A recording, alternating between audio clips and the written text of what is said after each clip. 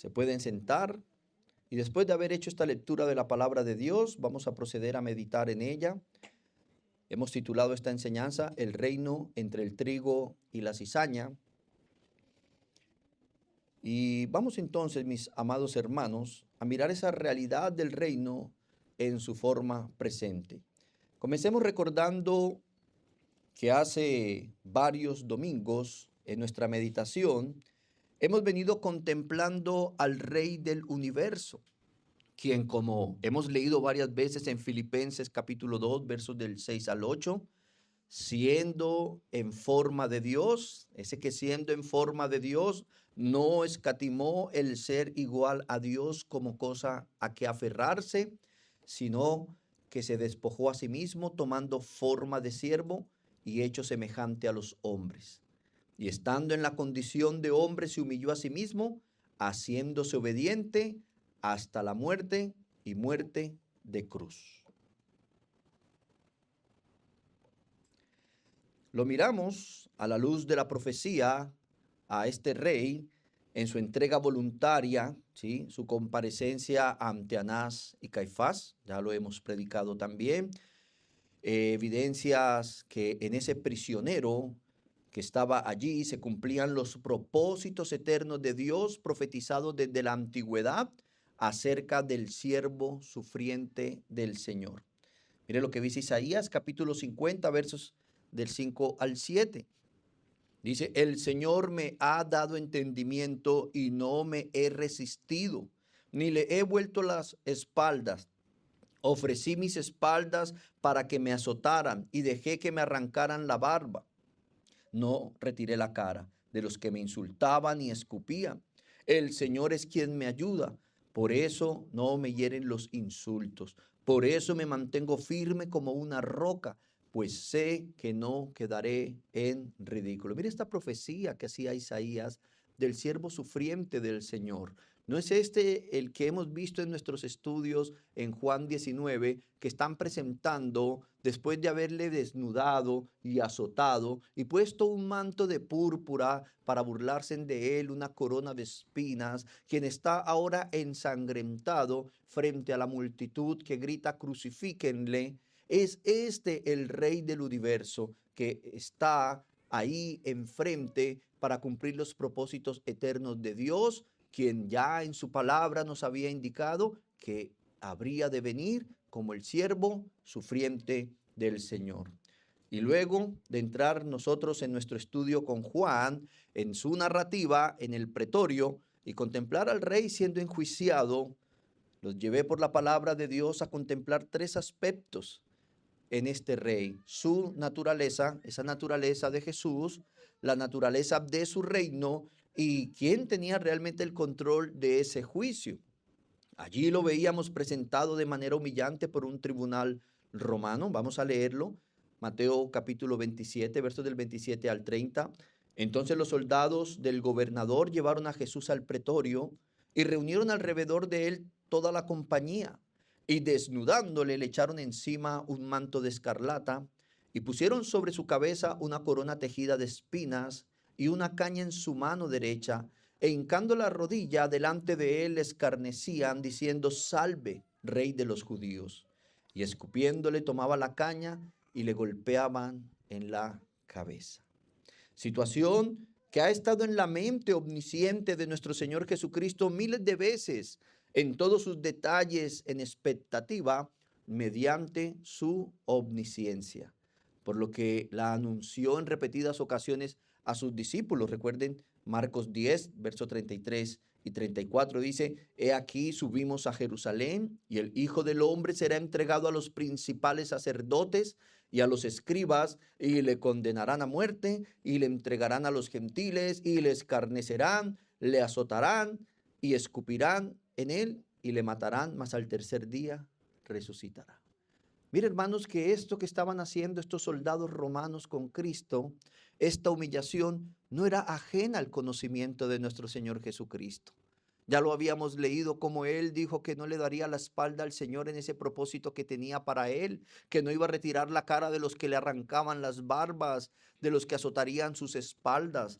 Luego vemos cómo Isaías profetiza esta realidad y vemos cómo Jesucristo le anunciaba a sus discípulos con anterioridad lo que él iba a vivir. Esto estaba en su mente constantemente. El Evangelio nos registra aproximadamente 3 ocasiones en las que él le recuerda a sus discípulos que van a subir a Jerusalén y que él va a vivir estas situaciones difíciles en mano de los enemigos del reino. Y lo estamos ahora viendo en nuestro estudio de Juan con una corona de espinas, ¿sí? Una corona no de oro, sino de espinas, con un manto, no de gloria, sino de burla. Y lo vemos siendo presentado ante la multitud como si fuera un rey derrotado. Y dice Pilato, he aquí vuestro rey. Y la pregunta que nos surgía casi inevitable, que la hablábamos también la semana pasada y la antepasada, es, ¿así luce un reino? ¿Así gobierna un rey? A los ojos del mundo, aquella escena de Jesús ensangrentado, burlado, era un fracaso, pero a los ojos de la fe, esto era la entronización por medio del sufrimiento. Y si usted ha notado, mi amado hermano, y ha sido juicioso en la asistencia o escuchando los audios, se ha dado cuenta que he tratado de darles a entender que era necesario este sufrimiento y que no era una derrota, sino que este era el carro del triunfo del Señor para llegar a la cruz y derrotar a sus enemigos. Recuerden Lucas capítulo 24, verso 26, cuando el Señor, después de haber resucitado, se aparece a 2 discípulos que estaban acongojados, tristes por la muerte de Cristo y les dice, ¿no era necesario que el Cristo padeciera estas cosas y que entrara en su gloria? Hermanos, el camino a la gloria de Cristo era ese sufrimiento del que ya nos hablaban los salmos, del que ya nos anticipaban los profetas del Antiguo Testamento. También Colosenses capítulo 2:15 lo deja claro. Despojando a los principados y a las potestades, los exhibió públicamente, triunfando sobre ellos en la cruz del Calvario. Esa tensión, mis amados hermanos, nos obligó a detenernos porque si el rey es verdadero, si su reino es real, si él gobierna con toda autoridad dada del cielo, porque su manifestación inicial está aquí luciendo débil, porque parece pequeño, porque avanza en medio de tanta oposición, por qué no vemos todavía la gloria visible prometida por la profecía bíblica. Y fue precisamente estas preguntas las que nos llevaron a las propias palabras del rey, explicando el misterio de su reino por medio de parábolas allá, montado en una barca, en una playa, en Galilea, que también esto, dejamos claro, había sido profetizado desde la antigüedad. Mateo 13, mis amados, nos revela el modo en que Él gobierna hoy. Esto es fundamental en las parábolas. El reino ha venido, pero no en su forma consumada. El reino ha sido inaugurado, pero no manifestado en plenitud. El domingo pasado entendíamos la venida del rey, entendíamos de ella que no es recibida de manera uniforme y estudiábamos la parábola del sembrador, que el Hijo del Hombre vino como sembrador, que la palabra es la semilla y que no todos los corazones la reciben de la misma manera, mis amados hermanos. Regálenme un segundo.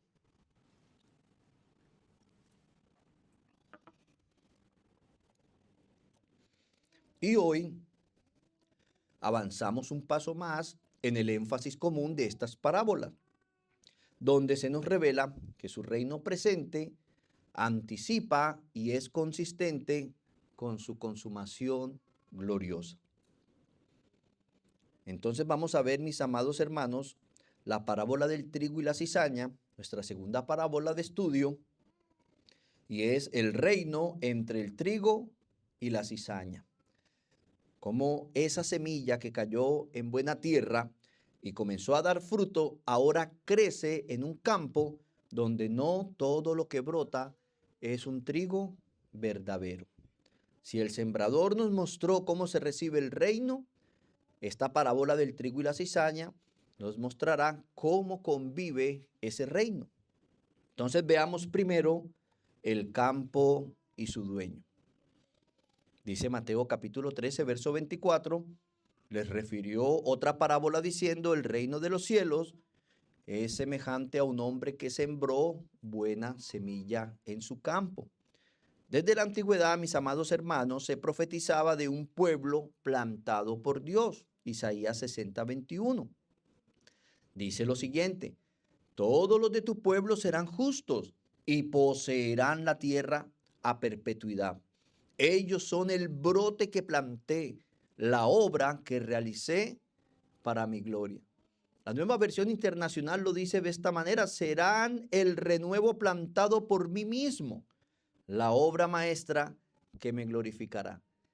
Es interesante, hermanos, entender que no podemos predicar la palabra de Dios separando el Antiguo Testamento del Nuevo.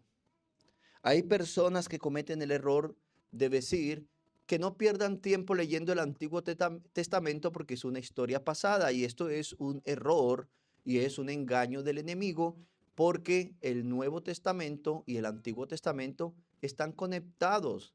Decía Tertuliano, son los dos pechos de los cuales todo recién nacido debe beber la leche espiritual no adulterada. No podemos separar el Antiguo Testamento del Nuevo.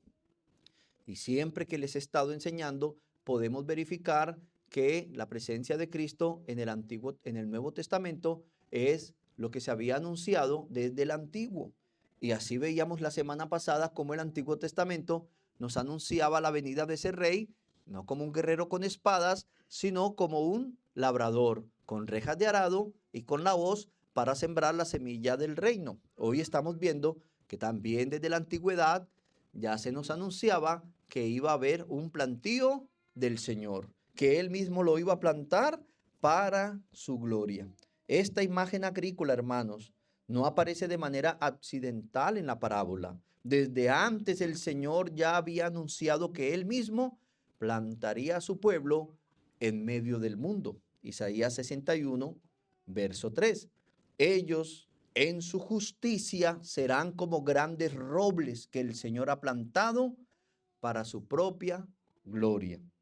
La profecía es clara, porque la gloria del dueño del campo, porque para la gloria del mismo dueño del campo, él mismo ha plantado justos. ¿Quién? Pues Cristo mismo, mis amados hermanos. Es Cristo quien siembra hijos justos del reino. Y es lo que está diciendo Mateo capítulo 13, versos 37. Respondiendo él les dijo: el que siembra la buena semilla es el Hijo del Hombre. Y segunda de Corintios capítulo 5, versos 21 nos dice algo muy importante. Dice: al que no conoció pecado, por nosotros lo hizo pecado, para que nosotros fuésemos hechos justicia de Dios en él. Hermanos, ¿por qué nosotros hemos sido hechos justos? Porque el que no conoció pecado, Cristo, Dios encarnado en un ser humano, fue a la cruz por usted y por mí, y allí vinieron todos los pecados del mundo para que al él morir en la cruz los expió todos, ¿sí? Él fue el propiciatorio de la ira de Dios para redimirnos del pecado y los llevó a la sepultura y resucitó y nos ha vestido de su justicia. Por eso la palabra de Dios lo presenta como Cristo, sabiduría y justicia y glorificación y santidad de Dios. Cristo es la justicia de Dios y Cristo es el que nos hace justos. Ya la palabra por eso lo decía, que para la gloria de Él nos sembraría justos como robles. Mis amados hermanos, observemos cómo esta imagen atraviesa toda la escritura. Los profetas anunciaron que el pueblo de Dios sería llamado plantío de Jehová. Y cuando llegamos al Nuevo Testamento, los apóstoles retoman exactamente esta misma imagen. Mire lo que dice Primera de Corintios capítulo 3, verso 9, en su parte B. Ustedes son el campo que Dios cultiva, la casa que Dios edifica. Y es interesante, mis amados hermanos, unas palabras que dice al respecto el teólogo reformador Juan Calvino. Él dijo: el Señor llama a la iglesia su campo, porque allí están sembrados los creyentes como buena semilla. Y aunque Cristo dice que el campo es el mundo, quiso mostrar que de manera especial esa siembra se ve en la iglesia. Al hablar del mundo, usó una figura para señalar que su obra no se limita a un solo lugar, sino que se extenderá por todas las naciones. Y mis amados hermanos, es importante que esta es una razón para recordar que la iglesia no es un proyecto humano, no es una organización que crece por estrategias, que pertenece a hombres. Es el campo que Dios mismo cultiva. Por eso nadie se debe adueñar del campo del Señor como lo hicieron los labradores malvados. Hay personas que creen que son dueños de la iglesia de Cristo y que son dueños, ¿sí? Debemos entender que la iglesia de Cristo no son las cuatro paredes, ¿verdad? Los cuatro muros, como acostumbramos a decir, que la iglesia no es el edificio, que la iglesia de Cristo son la suma de esos santos que el Señor ha hecho justos y los ha plantado como robles de justicia para su propia gloria, que Él es el dueño del campo, que Él es el que siembra la semilla en el campo, que Él es el que riega la semilla en el campo. Todo es de Dios, toda la obra es del Señor. Por eso no es correcto que hayan pastores o que hayan familias que se adueñen de la iglesia y hacen de la iglesia una organización. Esto no es bíblico. Y entonces muere el pastor que está predicando y el que hereda la iglesia es su hijo, que muchas veces no es ni cristiano, o su hija, y siguen con un imperio religioso familiar adueñándose del campo del Señor. Algo similar que hizo la religión judía. Dios los plantó y cuando vino el cumplimiento del tiempo de su primer advenimiento, como Él lo deja registrado en la parábola de los labradores malvados, cuando Él vino, ellos quisieron matar al hijo del dueño para adueñarse de la viña. Y fue lo que hicieron con nuestro Señor Jesucristo. Nadie, mis amados hermanos, nadie debe adueñarse ni siquiera de usted. Ningún pastor debe estar sobre usted como si fuera Dios para su vida. Somos siervos del Señor, que estamos para animarlos, para exhortarlos, para redarguirlos a través de la palabra predicada, para ser un consejero, una guía que les ayude, no para ser sus amos, no para humillarlos, no para que ustedes sirvan como si fueran esclavos. Somos siervos de Dios. Nos pertenecemos los unos a los otros. El pastor no es más que otra oveja con responsabilidad y que esa responsabilidad, bien dice la Biblia, requiere para él una doble estima, un reconocimiento, porque tampoco podemos ser nosotros desconsiderados y desagradecidos. Pero volviendo a nuestro tema, mis queridos hermanos, los ministros no somos los dueños de la obra, somos los colaboradores del sembrador, el Hijo del Hombre, como dice el Señor. ¿El sembrador quién es? El Hijo del Hombre. Hermanos, cuando Jesús les dice a ellos que el sembrador es el Hijo del Hombre, ¿qué cree que es lo que viene a la mente de los judíos que están escuchando en ese momento? Que es ese mismo que se estaba predicando desde Daniel, que era que Daniel ve que al final de los imperios que soñó Nabucodonosor y que Daniel vio en visiones en forma de bestias, vendría el reino del Todopoderoso, que no sería destruido, que no sería entregado a otro reino y que desmenuzaría ese reino. Dice Daniel que él lo vio y que era uno como semejante a un hijo de hombre. ¿Sabe qué estaba profetizando Daniel? La encarnación de Dios, que la manifestación de Dios a su pueblo iba a ser a través de un ser humano. Él iba a encarnar. El que Daniel estaba viendo, tomando todo el poderío del reino de los cielos que se iba a manifestar, era uno que venía en las nubes y lo acercaban al trono del anciano de días. ¿Dónde está el trono del anciano de días? ¿En la tierra o en el cielo? En el cielo. Mira, el niño sabe más. Él subió en las nubes, fue llevado al anciano de días, al trono. Mire qué emocionante es que muchos años después, cuando Juan está recibiendo la revelación apocalíptica de qué es lo que pasó cuando Cristo asciende al cielo, ¿se acuerdan la resurrección de Cristo? ¿Cómo fue Cristo subido al cielo? Dice que los discípulos salieron a verlo y que de ahí él fue ascendido por unos ángeles y unas nubes lo tomaron de un zarpazo y lo llevaron al cielo. Mire cómo nos conecta esto con la profecía de Daniel. ¿Y qué está viendo Juan después de la resurrección de Cristo, antes que vengan el desarrollo de los juicios del Señor? Cuando se toma el rollo del libro, se desatan los sellos para abrir este rollo. Dice que él estaba triste del cielo porque no había nadie, ni en los cielos, ni en la tierra, capaz de abrir el libro. Nadie, hermanos, solo uno. Dice, y acercaron a él uno como un cordero cuando ha sido inmolado. ¿Sabe cuál es el cordero inmolado? El que llevaban al templo, se lo daban al sacerdote y él tomaba una estaca y empezaba con esta estaca a destruirle todo su vientre para que se derramara su sangre para el perdón de los pecados. Entonces, ¿a quién vio Daniel? A un hombre. ¿Y a quién está viendo Juan? A ese hombre, pero con la apariencia de un cordero que ha sido inmolado, es decir, con las cicatrices de la cruz.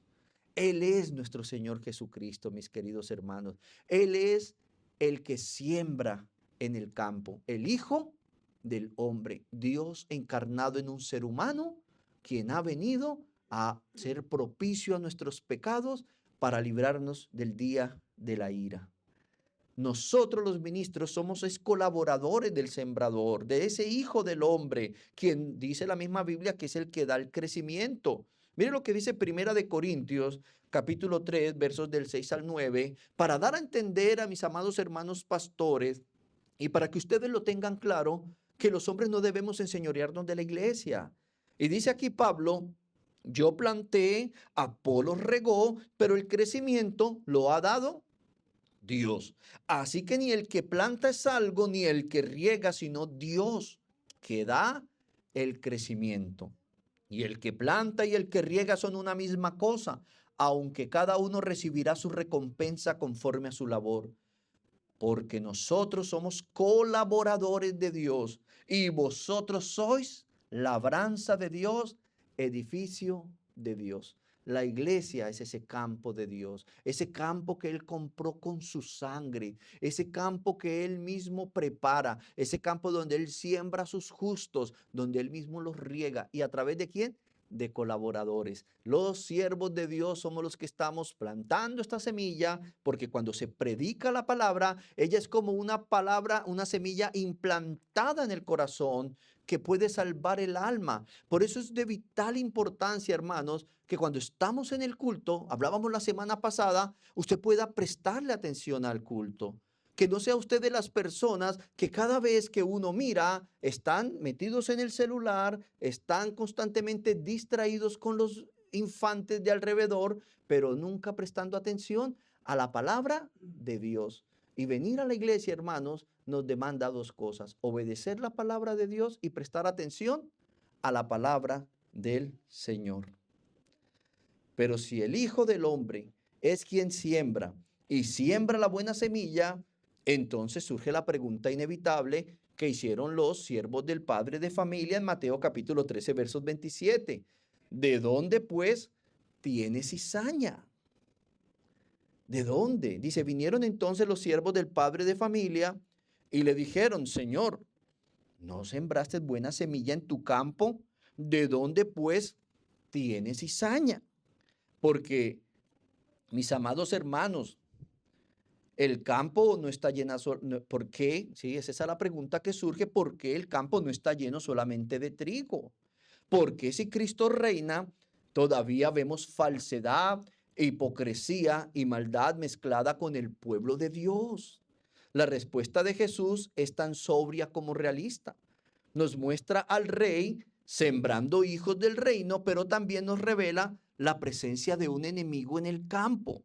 Y así llegamos a la segunda realidad de esta parábola, donde se nos enseña que el enemigo también obra en el campo. Dice así los versos 24 y 25 de Mateo 13. Les refirió otra parábola diciendo, el reino de los cielos es semejante a un hombre que sembró buena semilla en su campo. Pero mientras dormían los hombres, Vino su enemigo y sembró cizaña entre el trigo y se fue. Jesús les revela aquí otra realidad sobria acerca de esta etapa presente del reino de los cielos. El mismo campo donde el Hijo del Hombre siembra la buena semilla, también es escenario de la obra del enemigo. Como dice Mateo capítulo 13, versos 39 en su parte A, dice que este enemigo es el diablo.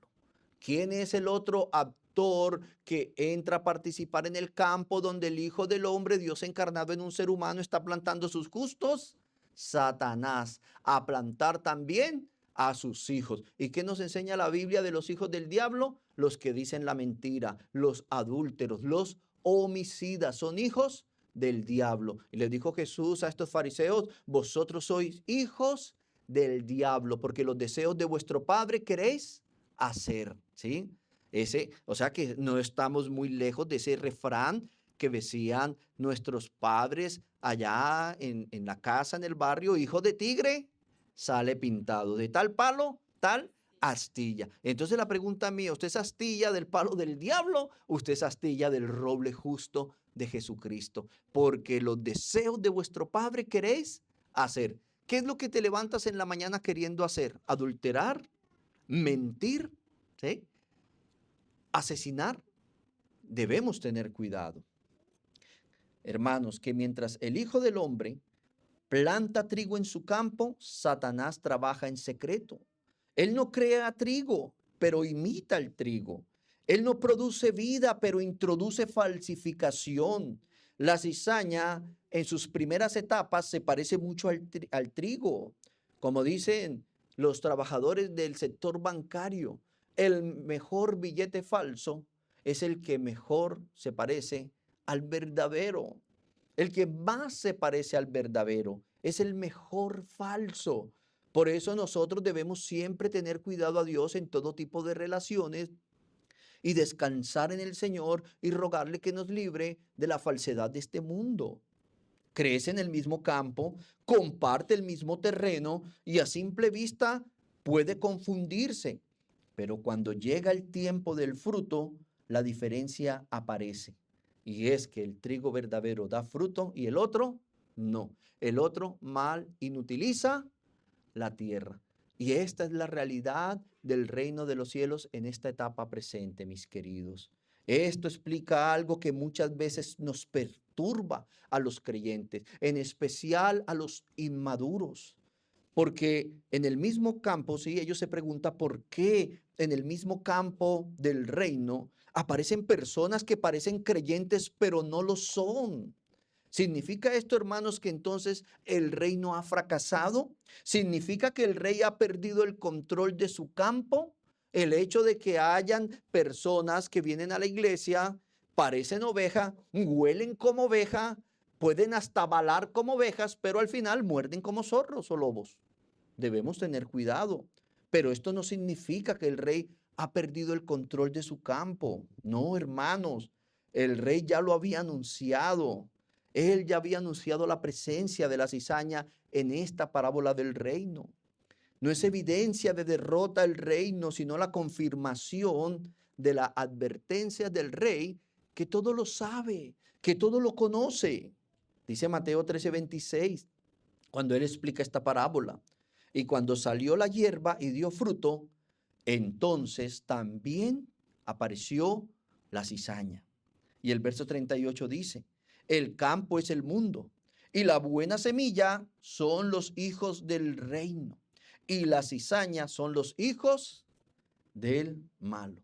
¿Qué quiere decir el Señor, hermanos? Que en esta etapa del reino, dentro del campo donde el Señor planta justos del Señor, también viene Satanás y nos planta parecidos a justos del Señor, que lo único que quieren son los deseos de su padre, el diablo. Por eso en la iglesia, hermanos, la eclesiología nos capacita a los pastores para ejercer la disciplina eclesiástica, para estar supervisando el rebaño del Señor, como le decía Pablo cuando se despidió en Éfeso de los hermanos. Le dijo: tengan cuidado, porque después de mi partida entrarán lobos que no perdonarán al rebaño. Por eso es que hay momentos en la iglesia que hay que disciplinar personas y que a veces hay que expulsar personas. Y algunos lo ven como falta de amor. Pero hermanos, ¿qué espera usted si alguien dice, pastor, es que una persona se me acercó, me pidió prestado 2 millones de pesos y pastor me dijo que en 3 días y ya van 3 semanas?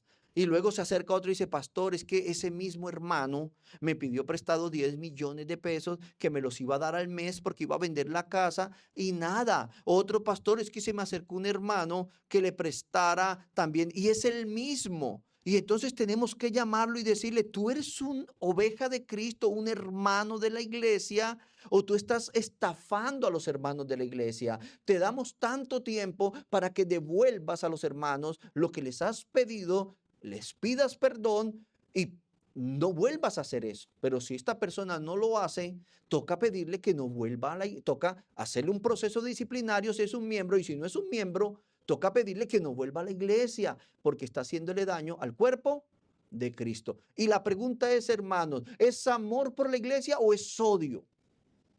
Porque es que recuerden que muchas veces para darle amor a la iglesia hay que mostrarles el aborrecimiento al impío. A veces cuando se le da la espalda a uno, se le está dando el regazo al otro. Y darle el regazo a la iglesia para protegerla es darle la espalda al que está haciendo lo malo.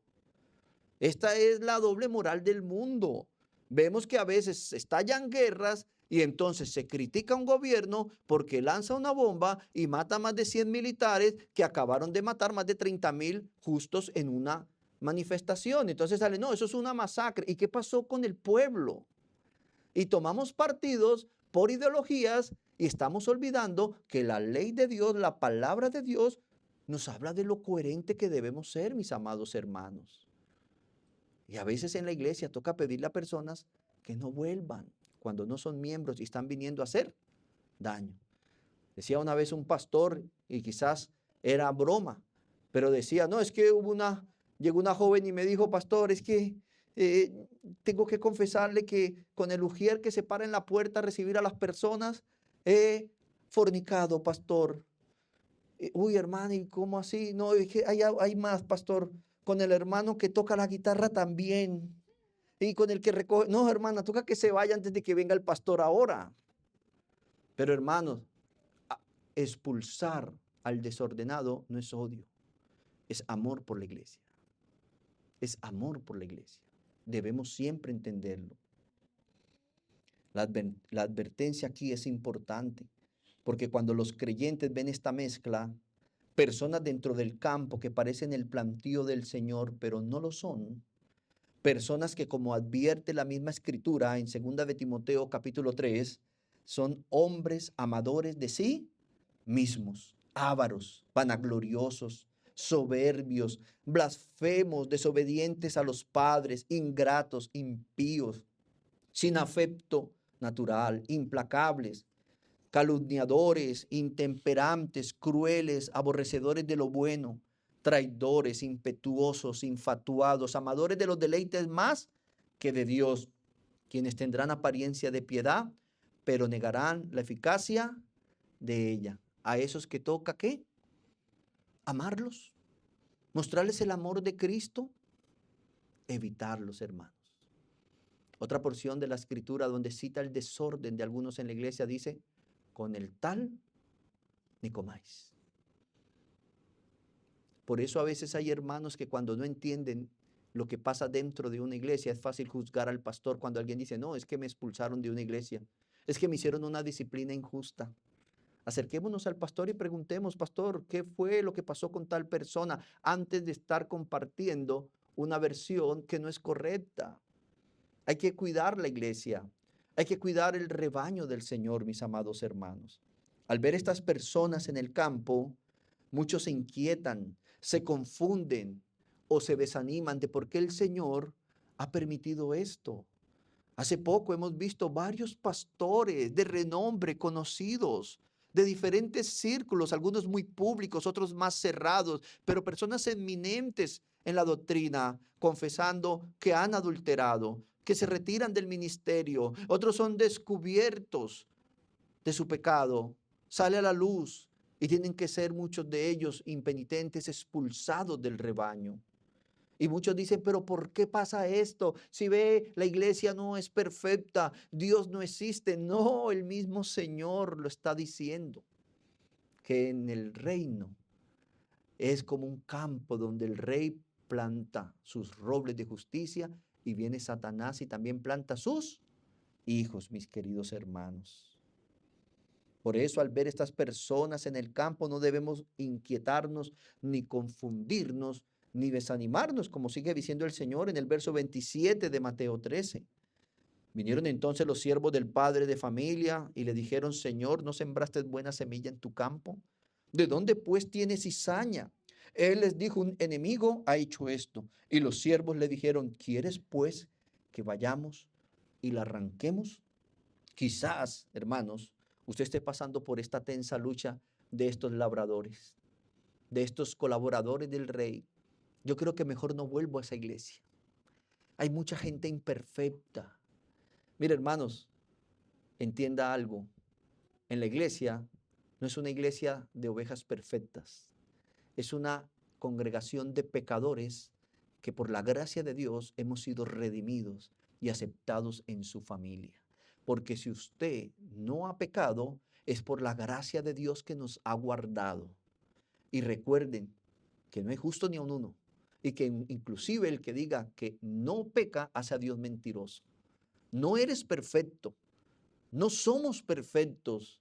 Dios, somos perfectos no por capacidad propia, sino porque Dios ya no nos mira en Adán, nos mira en Jesucristo, quien nos ha unido a Él y quien murió en la cruz y resucitó para hacer nuestra justicia.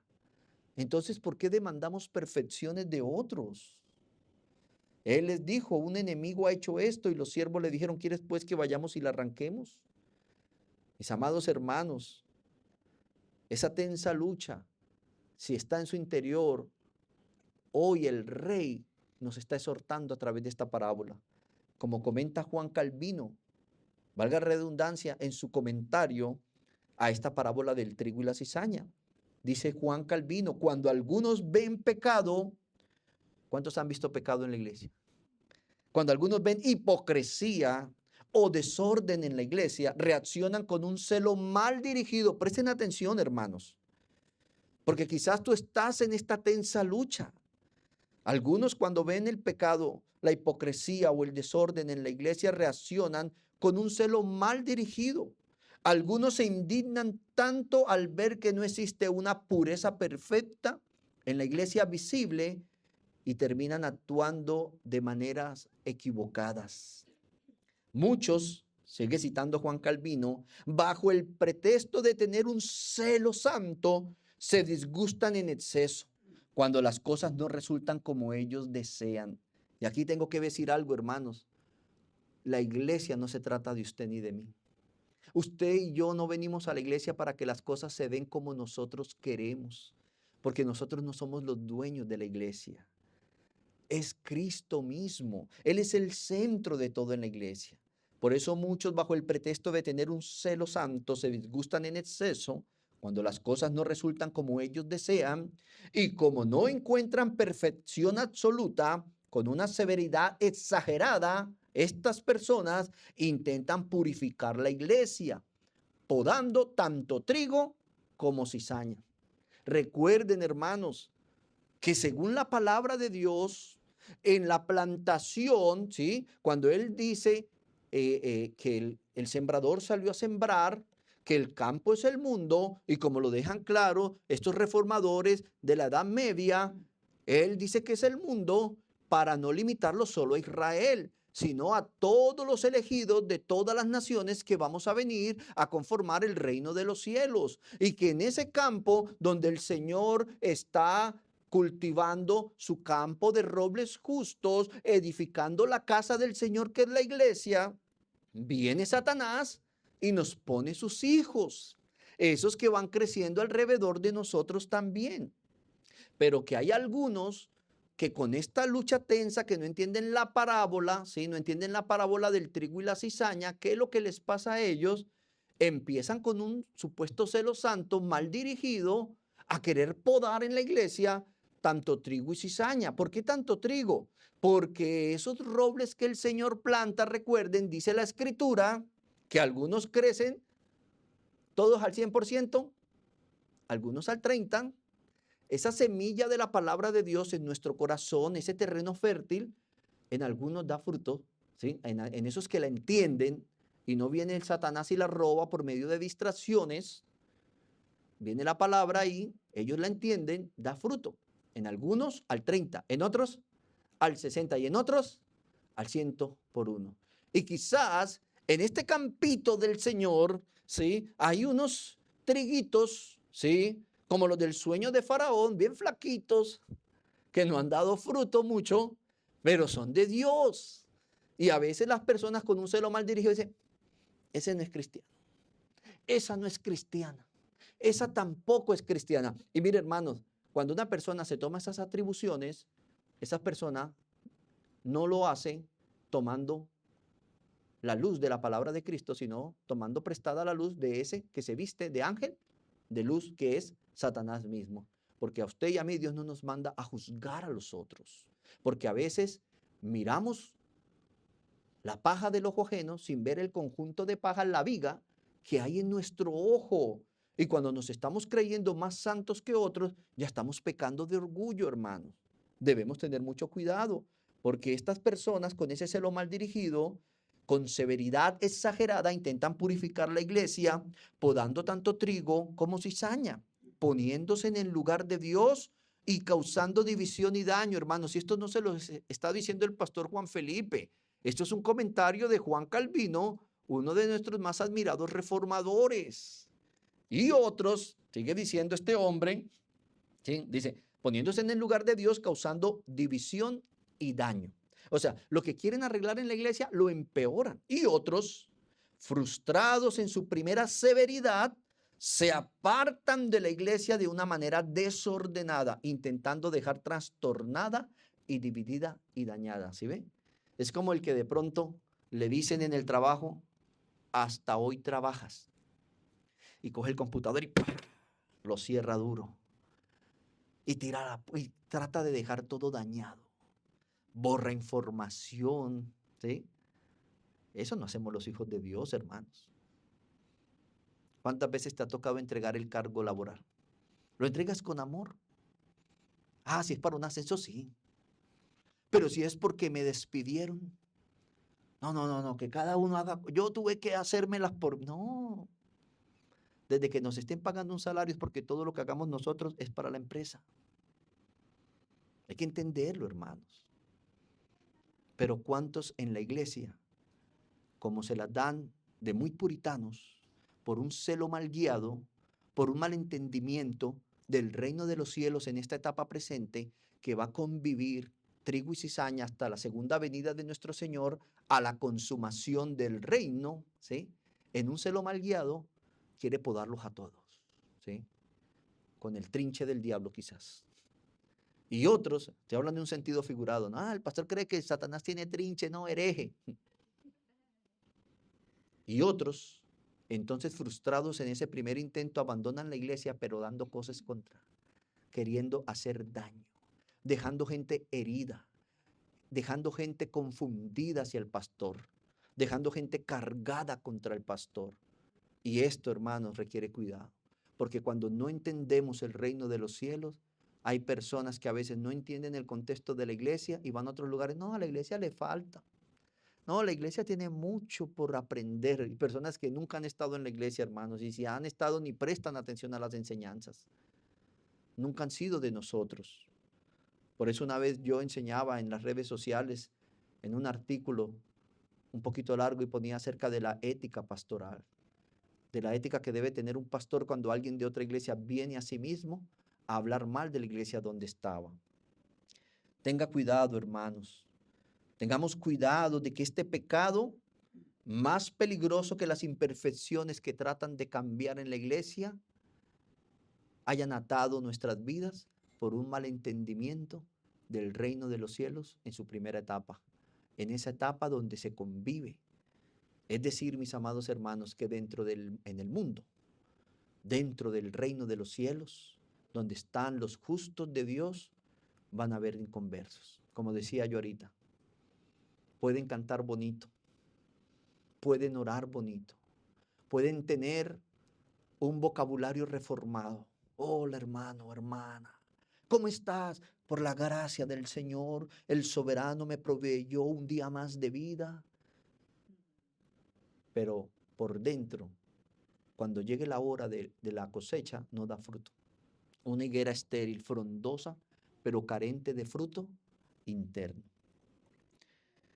Ellos, como los siervos, quienes ven la cizaña y quieren arrancarla inmediatamente, quieren resolver el problema ahora, quieren purificar el campo de inmediato. Si tú estás en este problema, debes aprender de la paciencia del rey. Y ese es el tercer punto de esta mañana. La paciencia del rey en la etapa presente.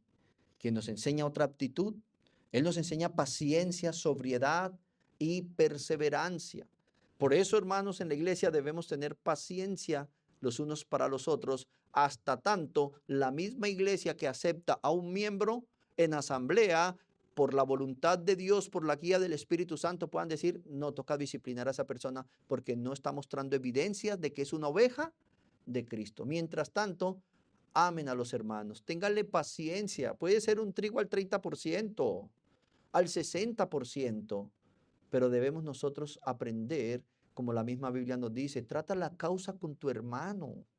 Porque es más fácil, hermanos, ir y hablar del otro, juzgar y señalar al otro, que trae disciplina a los siervos de Dios, o es la conducta de los que van para el infierno, en lugar de llamar al hermano y decirle, mire hermano, a mí me parece que esta conducta tuya me preocupa, porque no es de un verdadero cristiano.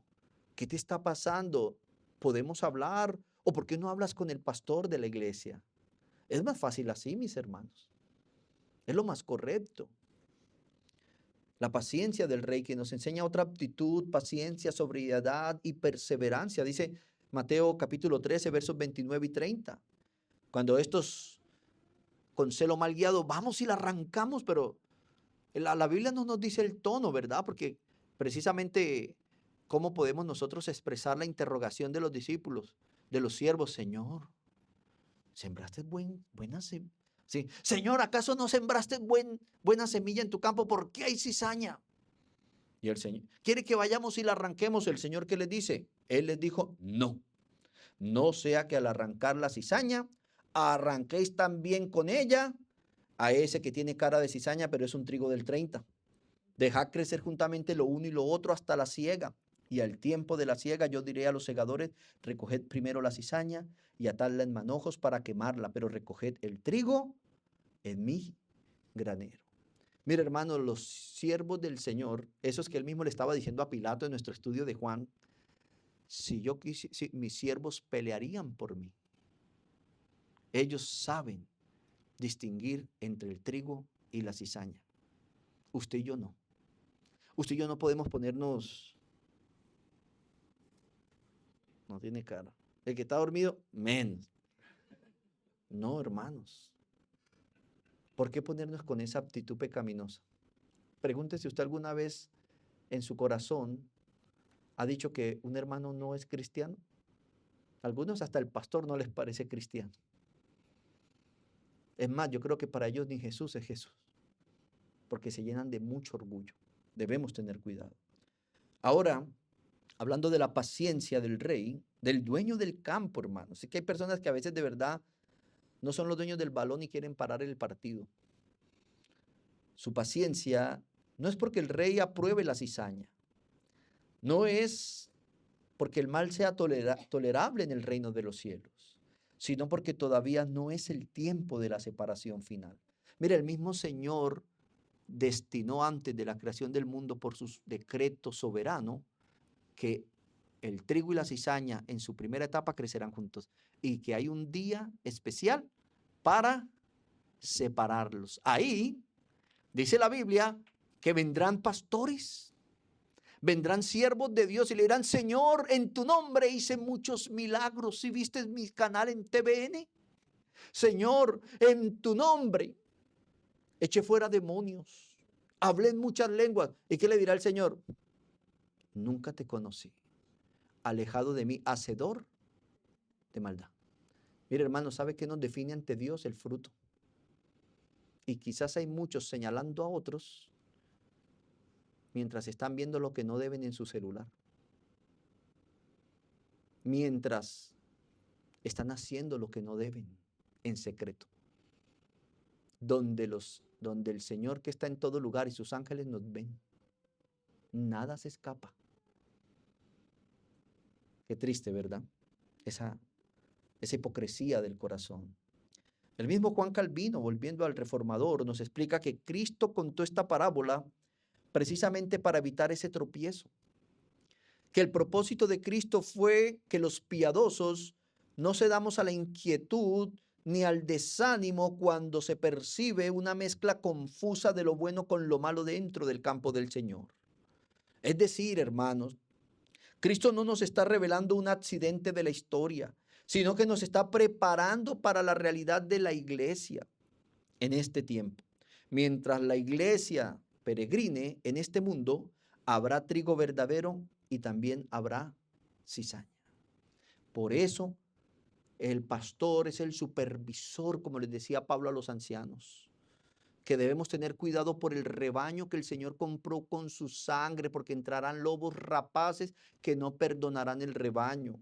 Y por eso los pastores siempre estamos pendientes, por eso se está llamando la atención a personas, por eso se está disciplinando personas y por eso se está expulsando personas, hermanos, porque los pastores cuidamos el rebaño. Y aunque nosotros no tenemos la palabra final de decir este es o no es salvo, la Biblia sí nos da un ejemplo de que hubo un hombre que por la disciplina de la iglesia tuvo que expulsarse para cuidar el rebaño, pero luego el apóstol escribe que tengan misericordia y que lo perdonen porque se había arrepentido.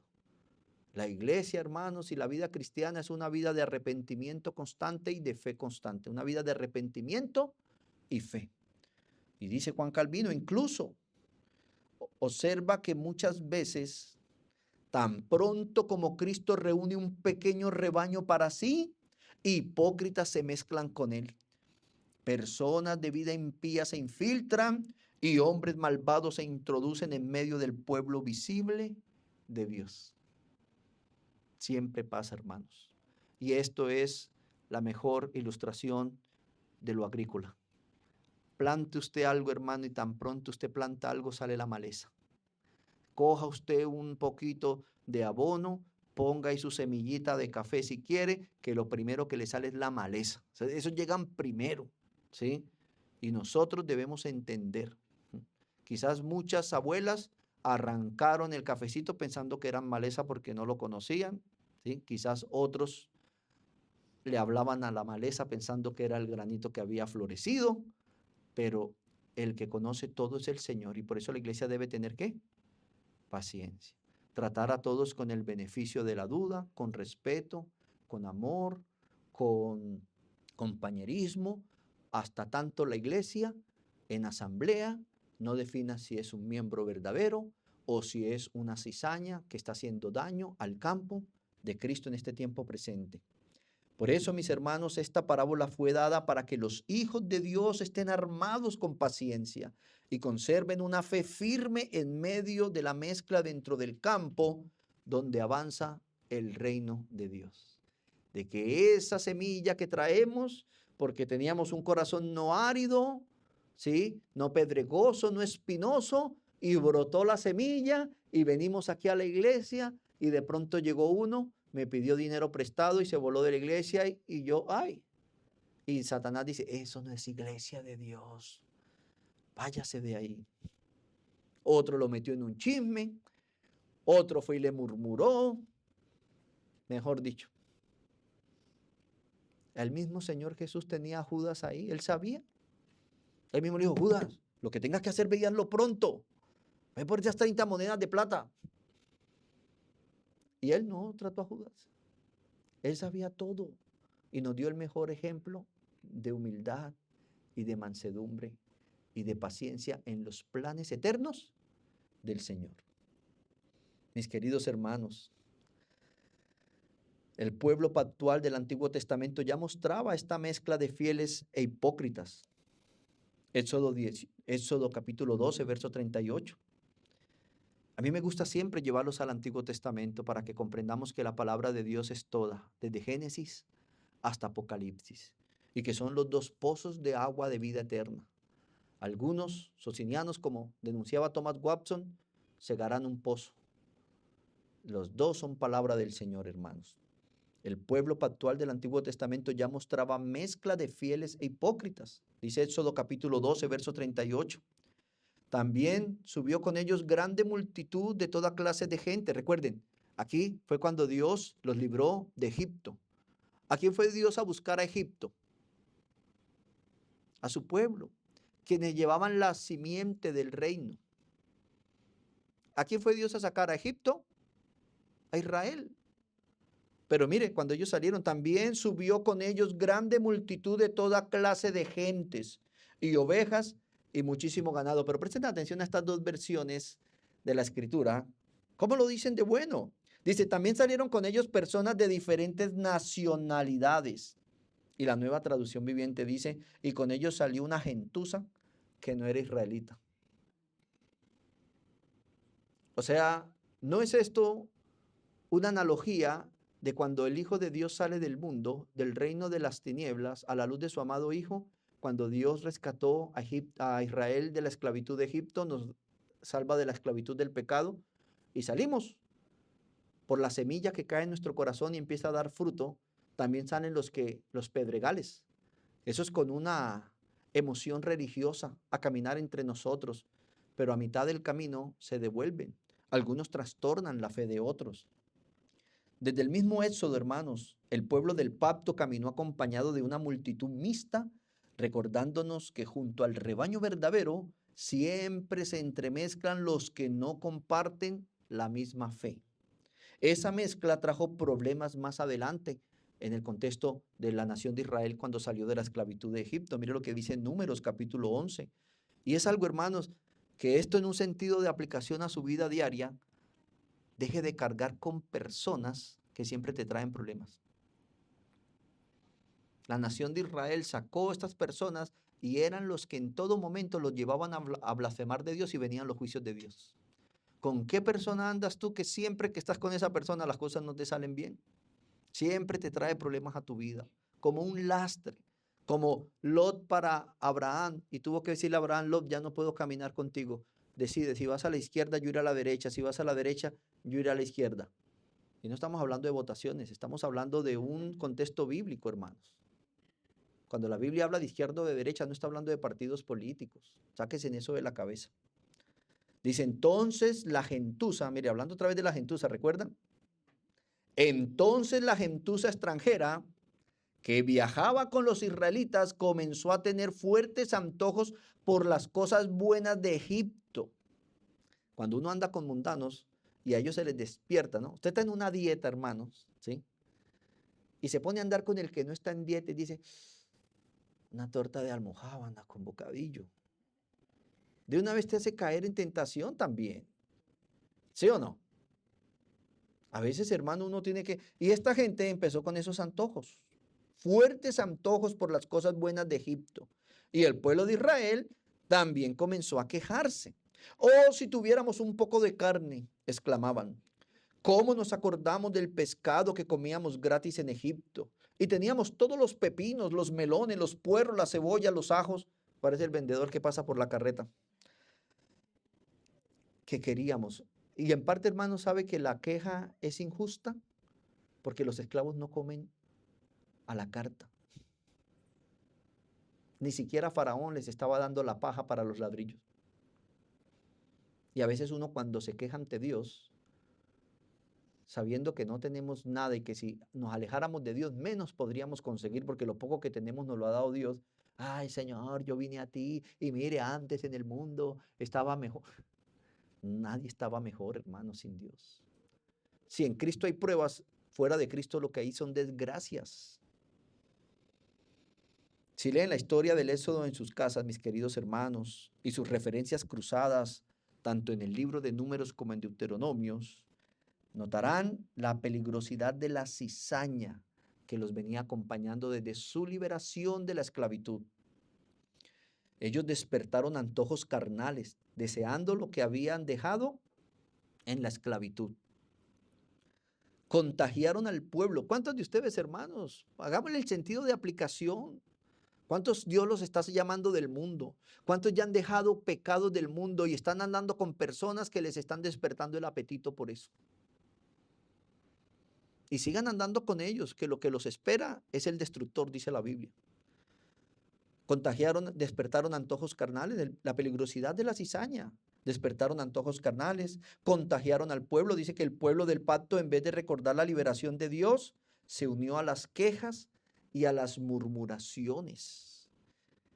Y también generaron nostalgia por la esclavitud. Lean Número y Deuteronomios, los paralelos de esta liberación y de esta cizaña, de esta gentuza que salió. Cómo los llevaron a todas estas situaciones, hermanos. Despertaron antojos carnales, contagiaron al pueblo y generaron nostalgia por la esclavitud. Esa es la influencia externa, hermanos, que los llevó a desconfiar de la provisión de Dios en el desierto. Luego brotó el descontento en la queja que desafía a la autoridad. Y empezaron a desafiar ¿a quién? A Moisés. Le perdieron el respeto a la autoridad delegada por Dios en el pueblo, lo que desencadenó para ellos una disciplina severa, mostrando que la murmuración contra la iglesia y el descontento es murmuración en contra del mismo dueño del campo, del mismo dueño de los arbolitos plantados. Números capítulo 11, verso 33 y 34. Ellos estaban pidiendo y Dios les mandó las codornices y se llenaron de tanta avaricia que mire lo que pasó, hermanos. Aún estaba la carne entre los dientes de ellos antes que fuese masticada, cuando la ira de Dios se encendió en el pueblo e hirió Jehová al pueblo con una plaga muy grande. Y llamó el nombre de aquel lugar Kibrot Hatabá, por cuanto allí sepultaron al pueblo codicioso. Hermanos queridos, ¿quién empezó a codiciar? ¿El trigo o la cizaña? Tenga cuidado de la cizaña que le rodea. Si ven el dicho que dicen, ay, sí, le sembró cizaña. Tengan cuidado de la cizaña, hermanos. Pablo usa esta historia para recordarnos y exhortarnos a no hacer lo mismo de ellos. Dice Primera de Corintios capítulo 10, versos 10 y 11. Y Pablo escribe esto a la iglesia de Corintios y dice que lo que le pasó a los israelitas en el desierto fue como un ejemplo para nosotros, para que no hagamos lo mismo que ellos hicieron. Dice, ni murmuréis como algunos de ellos murmuraron y perecieron por el destructor. Y estas cosas les acontecieron como ejemplo y están escritas para amonestarnos a nosotros, a quienes hemos alcanzado los fines de los siglos. Y ya sabemos, dentro de las enseñanzas en esta misma congregación, que los fines de los siglos empezaron desde la venida del Espíritu Santo, cuando los israelitas celebraban el Pentecostés y los discípulos de Cristo estaban en el aposento alto.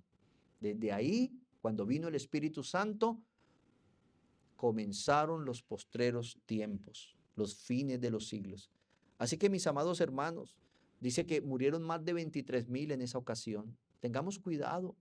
Tengamos cuidado de levantarnos como jueces y dueños del campo y determinar quién es trigo o quién es cizaña, de tener un celo mal dirigido por cambiar la iglesia donde asisto solo porque no hacen lo que yo quiero, cuando de eso no se trata la iglesia, hermanos.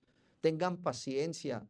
A veces hay iglesias donde hay personas con 20 años y hay un proceso y llegamos de un año y queremos cambiar todo para yo sentirme bien. Esa no es la iglesia del Señor. La iglesia del Señor no está a la orden del público. La iglesia del Señor es el reino de los cielos, una monarquía universal que lo gobierna todo y que nosotros debemos llegar es con humildad a someternos a lo que el Señor tiene establecido dentro de su iglesia. Cristo, mis hermanos, nos está enseñando a no perder la fe en el sembrador cuando vemos cizaña en el campo, que como nos revela en su escritura, como dice Judas capítulo 1, algunos hombres han entrado encubiertamente, los que desde antes habían sido destinados para esta condenación. Si ve, hermanos, esas personas que vienen al campo, esos hijos de Satanás con deseos de adulterar, de asesinar, de mentir, son destinados desde antes. Dios ya lo decretó todo. Entran de manera encubierta. Pero estos hombres impíos, hermanos, que convierten en libertinaje la gracia de nuestro Dios y niegan a Dios el único y soberano y a nuestro Señor Jesucristo. Que estos no vienen como enemigos visibles, sino que vienen disfrazados, como enseña 2 de Corintios capítulo 11, versos del 13 al 15.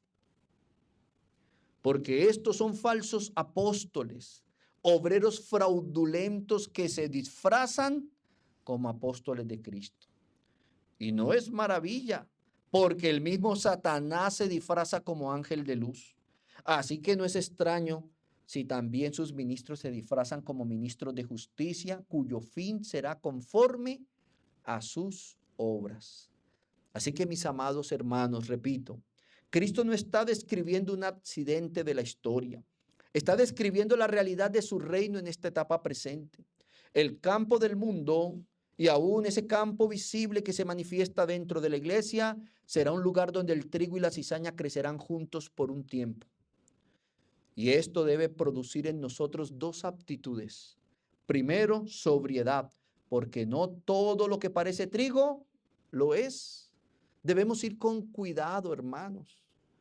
A veces llegan personas y esas personas a veces llegan tímidas a la iglesia, a veces no quieren saludar, porque sí, ellos quieren conocer primero, pero a veces hay como una actitud evangélica, pentecostal, religiosa y bienvenido y Cristo y no, y tenemos que llevarlo a todas las... Deje que la misma persona sabe con qué intención viene. Pero a veces nosotros, hermanos, tenemos celos mal guiados.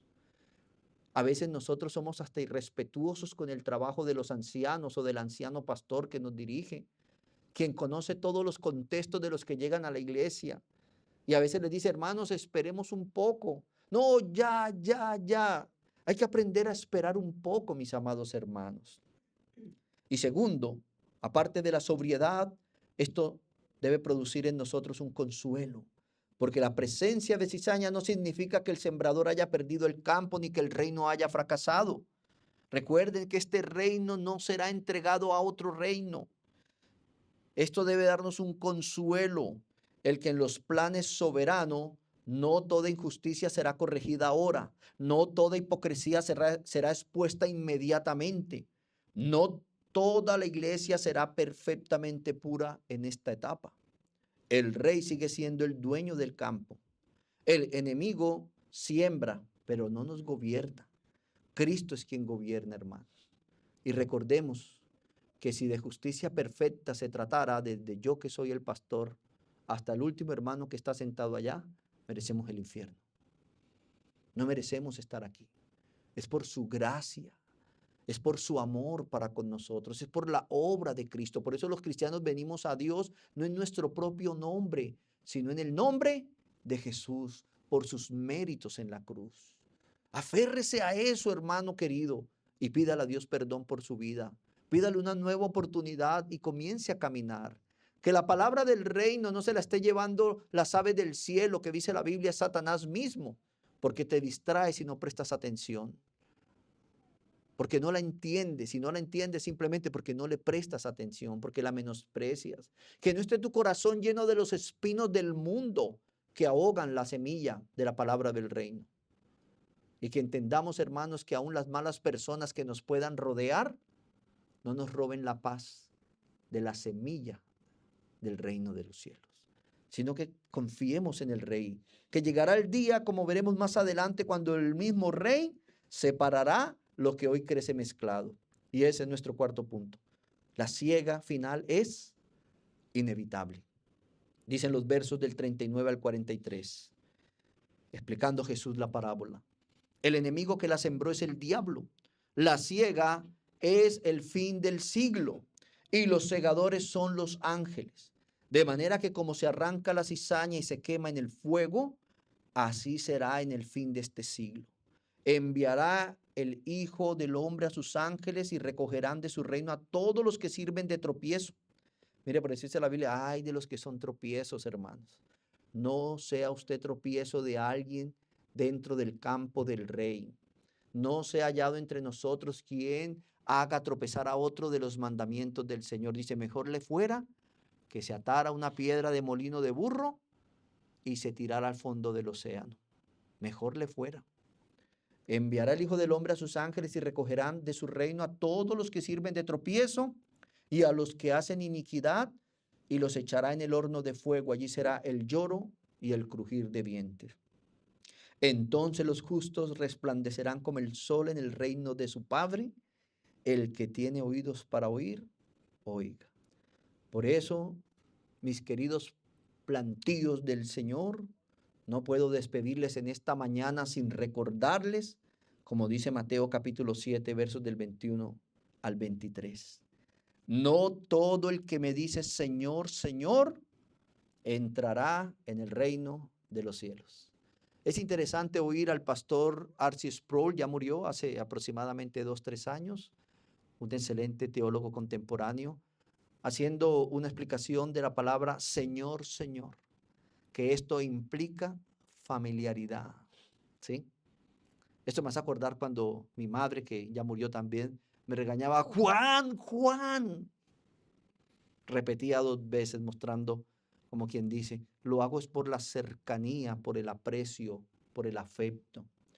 Y muchos le dirán, Señor, Señor, indicando que había una cercanía.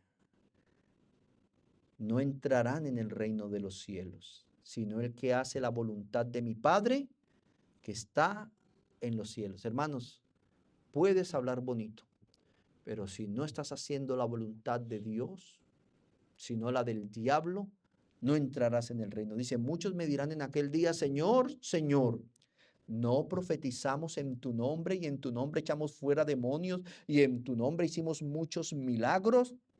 Y entonces les declararé, nunca os conocí, apartados de mí, hacedores de maldad. Por eso cuando Pablo le escribe a la iglesia una de sus cartas, dice, ustedes que conocen a Dios, perdón, más bien usted, que son conocidos por Dios. ¿Cuántos conocen de Dios? La vida eterna consiste en conocer a Dios, revelado en las Escrituras. La pregunta ahora es, ¿Dios te conoce? Pero el Señor dice que solo conoce a los que hacen su voluntad. ¿Cuántas veces alguien te ha dicho, te desconozco? Te desconozco. Y con el peso literal de estas palabras, te desconozco. Tremendo, ¿no? Que el Señor nos desconozca. Nunca os conocí, apartados de mí, hacedores de maldad. Por tanto, hermanos, como dice segunda de Pedro 1, 10 y 11.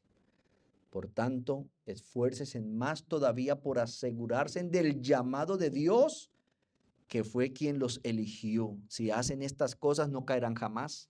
Y se les abrirá de par en par las puertas del reino eterno de nuestro Señor y Salvador, Jesucristo.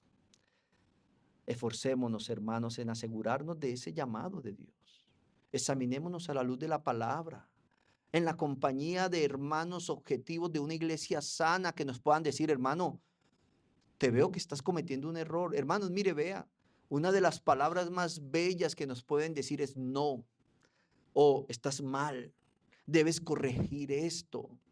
Pero hay personas que no les gusta eso, hermanos. Busquen el apoyo de los mayores. A veces, hermanos, miren, los adultos, muchos sin ser cristianos, pueden darte consejos de vida saludable, financieros, económicos, de decisiones. Mire, mi papá siempre me decía, cásese con una mujer que le guste bastante para que no tenga que estar mirando a otras. Y yo le hice caso.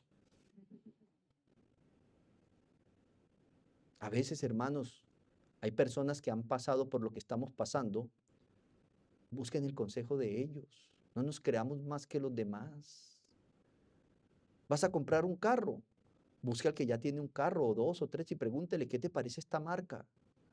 ¿Qué te parece si lo compro a gasolina o eléctrico? Vas a comprar una casa, busque hermanos. Ve, yo escuché que un hermano perdió una casa, voy a preguntarle qué me aconseja. No, no se meta, eso es una trampa de los bancos, no lo hagas. Hermanos, busquemos el consejo, la multitud, la victoria de la guerra está en la multitud de consejos. No se queden solos. Ve y busca a los que han pasado por donde estás pasando, que te sientes en un vaso con agua ahogándote, que te sientes que no ves la luz al final del túnel, que Dios levanta a esos hermanos con ese fin. Ese es el amor entre hermanos cristianos. Y a aquellos quienes el Espíritu mismo ya les da, como dice Romanos 8:16, el testimonio de que somos hijos de Dios, esos plantíos del Señor. ¿Cuántos trigos del Señor hay aquí? ¿Cuántos del 30%? ¿Cuántos del 60%? La iglesia evangélica usaba esto era para pedir ofrendas. ¿Sí? No, que Dios te va a multiplicar el 30%. No, eso es el fruto que debemos dar como cristianos, frutos de justicia, ¿sí? De hacer la voluntad de los 10 mandamientos, la justicia, mandamientos para con el prójimo, frutos de piedad, mandamientos para con Dios, fruto de carácter, el fruto del Espíritu Santo, Gálatas 5:22. Y ese fruto no se manifiesta de uno en nosotros.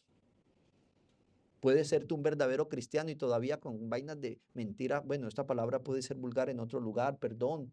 Aquí no, aquí es un sinónimo de cosa.